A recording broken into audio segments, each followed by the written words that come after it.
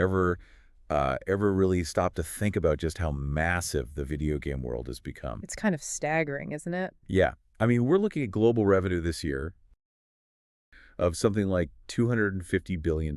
Billion. With a B. Right. Just let that sink in for a sec. Yeah. That's bigger than the movie and music industries combined. Absolutely. So yeah, gaming, it's not just a hobby anymore. It's a financial juggernaut. Definitely. And for this deep dive, we've gathered some really interesting sources. We're looking at where the real money is, where the opportunities lie in this huge sector. Right. Our goal is basically to give you a clear picture of where the significant cash is flowing. Exactly. Whether you're just like fascinated by the sheer scale, or maybe you're exploring ways to get involved yourself. We're going to try and break down those key financial drivers. We'll cover the big developers, the publishers, live service games, esports, streaming. Even touch on emerging stuff like Web3 gaming. Yeah. Think of this as your quick guide to the financial side of gaming. Hopefully some surprising facts in there, but without, getting too bogged down in technical jargon. Sounds good. Okay, let's dive in. So maybe we start with the titans, the top earning games and the companies actually making them. Good starting point. Sure. Because the revenue, some individual games pull in, Yeah. it's just remarkable. Billions, like you said. Yeah, billions. Yeah. Fortnite's free to play, which is pretty wild when you think it's brought in over $20 billion. Mostly through cosmetics, right? Skins, the battle pass. Exactly. Yeah. It's amazing how they created that desire for stuff that doesn't even affect gameplay. It really is. Then you've got Call of Duty, the whole franchise. Oh, yeah. Lifetime revenue, over $30 billion. That's game sales, sure, but also COD points, the Warzone battle pass. Ongoing model again. Mm-hmm. And it's not just the newer stuff either. Grand Theft Auto V, still going strong. How long has that been out now? Ages, right? Yeah, quite a while. And it's still generated somewhere, between $8 and $10 billion. Wow. Mostly from game sales initially, but then GTA Online just keeps pulling people in with microtransactions. That shows how sticky that ongoing content can be, keeping people engaged and, spending for years. Definitely. And don't forget PUBG. Battlegrounds, over $10 billion there too. From mobile and PC, right. Sales and those in-game buys. Yep. And then there's Honor of Kings. That's a mobile-only game, mostly huge in China. And the figure for that? Over $15 billion. Just on mobile. That really highlights the power of the mobile market, doesn't it? Oh, absolutely. It's a crucial piece of the puzzle. And then you have the big sports franchises like FIFA. Yeah, the annual updates. Exactly. Over $20 billion lifetime. Driven a lot by the Ultimate Team packs. People love building their dream teams. And they keep coming back every year for the new rosters and stuff. Right. And even something like Minecraft, which is more about creativity. Still massive, though. Totally. Somewhere in the $3 to $5 billion plus range, from game sales, add-ons, even merchandise. It just shows there are different ways to hook players and generate that massive success. It's a real mix, isn't it, how these games make money? Initial purchase. Ongoing stuff. Okay, so those are the games. What about the companies behind them? The big players steering the ship in 2024. Right. Well, Tencent is just massive. Based in China. Their numbers are huge, right? Estimated $30 to $35 billion annually, thanks to games like Honor of Kings, PUBG Mobile. Oh, and they own Riot Games, too. Ah, League of Legends. Right, exactly. What's interesting is how these good companies diversify. Look at Sony Interactive. PlayStation people. Yep. $25 to $27 billion, driven by the whole PlayStation ecosystem, plus their massive exclusive games. Spider-Man, God of War. Those system sellers. Mm-hmm. Then you have a name you might not immediately think of as a gaming giant. Apple. Right, because they don't make games, technically. No, but they're estimated to make over $20 billion just from the App Store. Their 30% cut on game revenue. Wow, that really shows the power of owning the platform, doesn't it? Absolutely mind-blowing. And Microsoft, of course. With Xbox, they're in the $18 to $20 billion range. Fueled by Minecraft, Halo, and now Activision Blizzard. Yeah, that acquisition was huge. Brought Call of Duty, World of Warcraft under their umbrella. And Nintendo. Still going strong with their classics. Oh, yeah. Mario, Zelda, Pokemon.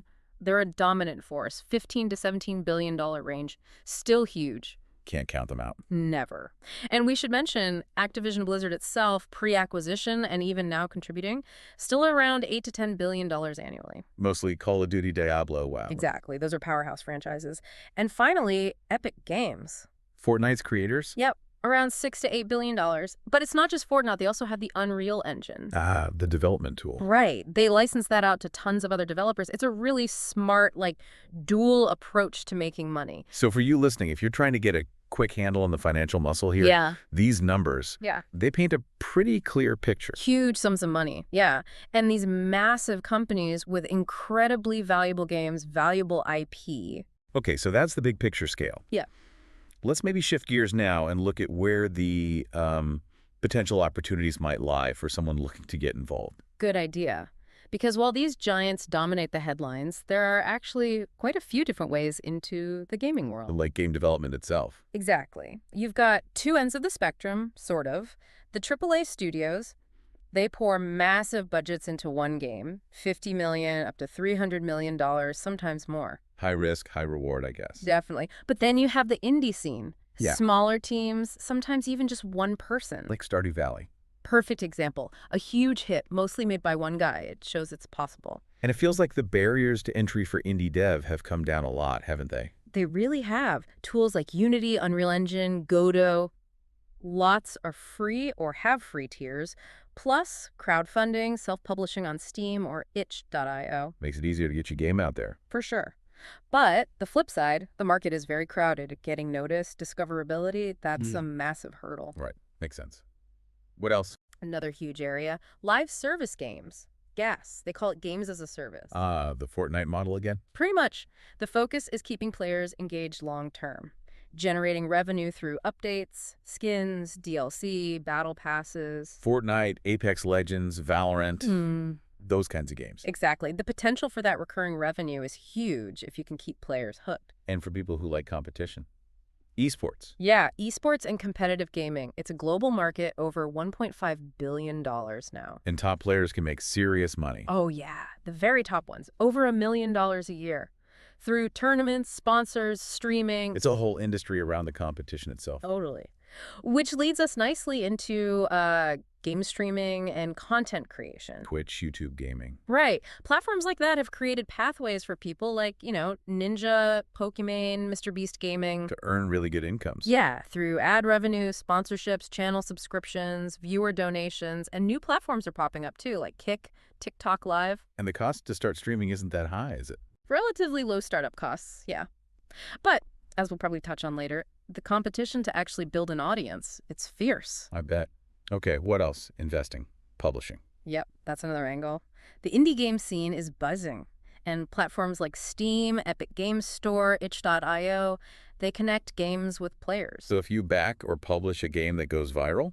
The potential return on investment can be massive, but trying to scale up a publishing business without owning a big hit game property, that's really tough. Right, you need that hit IP. Pretty much. And finally, there's this sort of emerging area, Web3 and blockchain gaming. The crypto connection. Play to earn, NFTs. Exactly. Concepts like play to earn, where you can earn crypto or NFTs by playing, digital ownership of items, it's all still pretty experimental. But potentially disruptive. Potentially, yeah. Lots of buzz, but also lots of complexity and, frankly, uncertainty still. Okay, so that covers a lot of ground. Looking ahead now, maybe 2025 and beyond, where do you see the really high potential areas? Well, I think live service games aren't going anywhere. That recurring revenue is just too attractive. Makes sense. Still dominant. Definitely. And mobile gaming, despite, some backlash about aggressive monetization sometimes. Still the biggest slice of the pie globally, right? By far. Relatively low barrier to entry for developers, massive audience. The free-to-play model with microtransactions, if done well, still works incredibly well. Okay. What else is looking strong? Game streaming and influencer content. That's not slowing down. As long as popular games keep coming out, people will want to watch creators play them and talk about them. That ecosystem feeds itself. It really does. Yeah. And another thing, AI, artificial intelligence and procedural content generation. How does that fit in? Well, tools like NVIDIA ACE, Unity's AI engine, they're letting developers create game content faster, scale their games more easily. So maybe investing in the companies making those AI tools could be interesting. Could be, yeah. Something to watch. What about AR and VR? Still feels a bit niche, maybe. It's still developing, sure, but you've got huge players like Meta, Sony, Apple pushing hard. The long-term potential in things like fitness, social gaming, immersive stories, It's definitely there. It just might take time. Okay, one more.